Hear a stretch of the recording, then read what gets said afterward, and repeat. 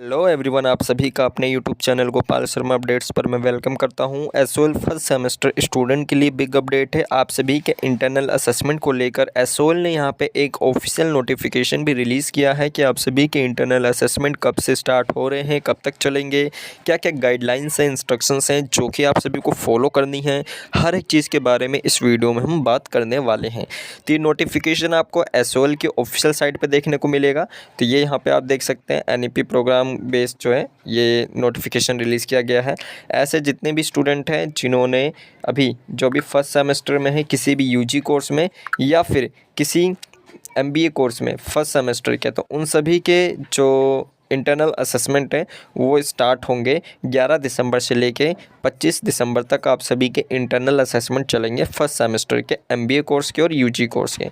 पूरी डेट यहाँ पे आप देख सकते हैं। यहाँ पे चाहे आपका बीएमएस हो, बीबीए हो या फिर आपका बीए ऑनर्स हो, बीकॉम ऑनर्स हो, B honours pol science, English, economics, जितने भी यूजी कोर्स हैं, एमबीए कोर्स हैं, उन सभी के यहाँ पे जो फर्स्ट सेमेस्टर के इंटरनल असेसमेंट है वो 25 दिसंबर तक चलेंगे। 11 दिसंबर से स्टार्ट हुए हैं।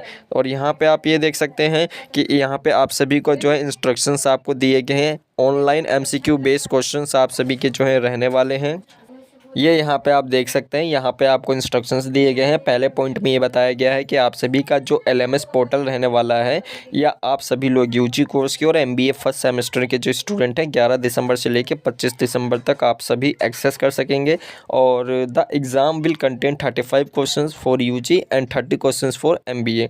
जो यूजी कोर्स के फर्स्ट सेमेस्टर हैं किसी भी कोर्स के, उन सभी के लिए 35 क्वेश्चंस रहेंगे और एमबीए स्टूडेंट के लिए 30 क्वेश्चंस रहेंगे।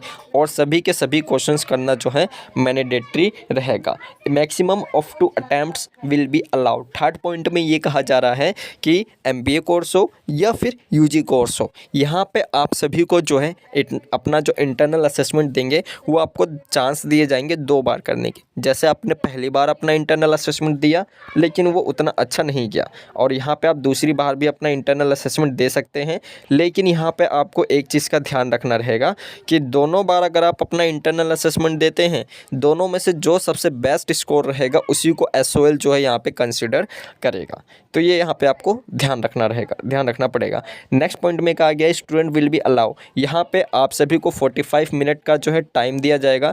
जो जनरल स्टूडेंट हैं और जो पीडब्ल्यूबीडी स्टूडेंट हैं उनके लिए यहाँ पे 90 मिनट का टाइम दिया जाएगा। इसके अलावा student have the flexibility to undertake the internal assessment for any paper at their convenience within this 15 days. तो यहाँ पे ये आपके ऊपर डिपेंड करता है, जैसे भी आपकी कन्वीनियंस है, जहाँ कहीं पर भी आप कंफर्टेबल हो वहाँ पर आप बैठकर अपना इंटरनल असेसमेंट दे सकते हो। बस कंडीशन इतनी है कि वहाँ पे इंटरनेट कनेक्टिविटी अच्छी होनी चाहिए और 15 दिनों के अंदर आप कभी भी अपना इंटरनल असेसमेंट दे सकते हो। ऐसा कोई ज़रूरी नहीं है कि एक ही दिन में आपको सारे देने हैं, एक दिन में केवल एक देना है, एक दिन में केवल 2 देना है। 15 दिन आपके पास टोटल टाइम है। जितना आप चाहें उतने यहाँ पे आप इंटरनल असेसमेंट दे सकते हैं according to your subject.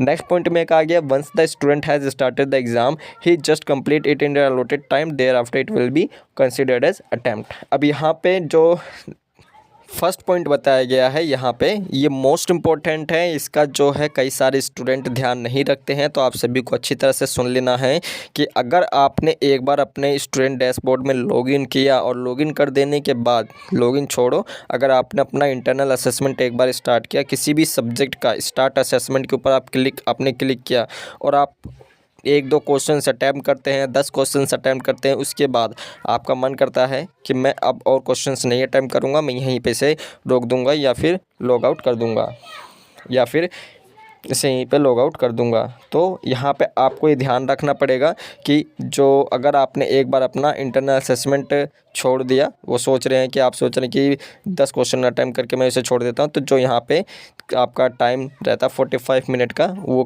Complete हो जाएगा और आपका असेसमेंट ऑटो सबमिट हो जाएगा। तो इसका आपको ध्यान रखना रहेगा कि बीच में आपको बिल्कुल भी नहीं छोड़ना। एक बार अगर आपने शुरू कर दिया तो किसी भी कंडीशन में उसे कंप्लीट करके ही उठना है। Make sure you to attempt the desktop. यहाँ पे ये बताया गया आप डेस्कटॉप का, लैपटॉप का, मोबाइल का यूज़ कर सकते हैं, बस कंडीशन इतनी कि इंटरनेट कनेक्टिविटी अच्छी होनी चाहिए। थर्ड पॉइंट में कहा गया है student will be allowed to log in only one device at a time. किसी भी एक डिवाइस में आप किसी एक ही टाइम पे जो है लॉगिन कर सकते हैं। ये नहीं कि एक ही टाइम पे आप मोबाइल में भी लैपटॉप में भी लॉगिन करें तो लॉगिन नहीं होगा। और यहाँ पे आप देख सकते हैं, यहाँ पे आप सभी को जो है आपको लॉगिन करने का जो लिंक है ये दिया गया है। अब यहाँ पे ऐसे कई सारे स्टूडेंट हैं जिनको डाउट हो रहा है कि लॉगिन आईडी में और लॉगिन यूज़र आईडी में क्या आएगा, पासवर्ड में क्या आएगा। तो यहाँ पे ध्यान से सुन लो कि आप सभी के यूज़र आईडी में क्या आएगा। यूज़र आईडी में सबसे पहले यहाँ पे आप सभी के रोल नंबर आएंगे और रोल नंबर के बाद जो @sol-du.ac.in ये पूरा आएगा। तो और यहाँ पे आप सभी को एनरोलमेंट नंबर नहीं डालना। कई बच्चे हैं जो एनरोलमेंट नंबर फिल कर रहे हैं। यहाँ पे आपका एसओएल का रोल नंबर आएगा और जो पासवर्ड दिया गया है 1 2 3 ABCD, ये पासवर्ड आपको चाहे तो आप फिल कर सकते हैं।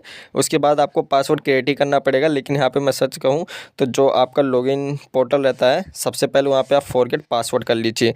आप फॉरगेट पासवर्ड करेंगे, आपके मोबाइल आईडी पे मेल आएगा, मेल पे एक मेल आएगा, वहाँ पे आप सभी को न्यू पासवर्ड क्रिएट करना होगा। इसके ऊपर डिटेल वीडियो मैंने पहले से बना के दी है कि इस तरह से आपको पासवर्ड रीसेट करना है। तो उस वीडियो का लिंक आपको इसी वीडियो के डिस्क्रिप्शन बॉक्स में देखने को मिल जाएगा। तो उस तरह से आप सभी लोग अपना जो पासवर्ड है वो क्रिएट करके लॉगिन कर सकते हैं। कॉन्टैक्ट नंबर दिया गया है, मेल आईडी दी गई है। अगर कोई भी क्वेरी रहती है अपने इंटरनल असेसमेंट को लेकर तो इनसे आप जो है कॉन्टैक्ट कर सकते हैं। तो ये थी आप सभी के इंटरनल असेसमेंट के लिए इंपॉर्टेंट इंस्ट्रक्शंस गाइडलाइंस जो कि आप सभी को बतानी थी। बाकी सारी चीज़ें आपको पता ही हैं। कोई भी डाउट रहता है आप कमेंट कर सकते हैं। सोशल मीडिया पे फॉलो करके अपने पर्सनल डाउट्स पूछ सकते हैं। तो इस वीडियो में दोस्तों केवल इतना।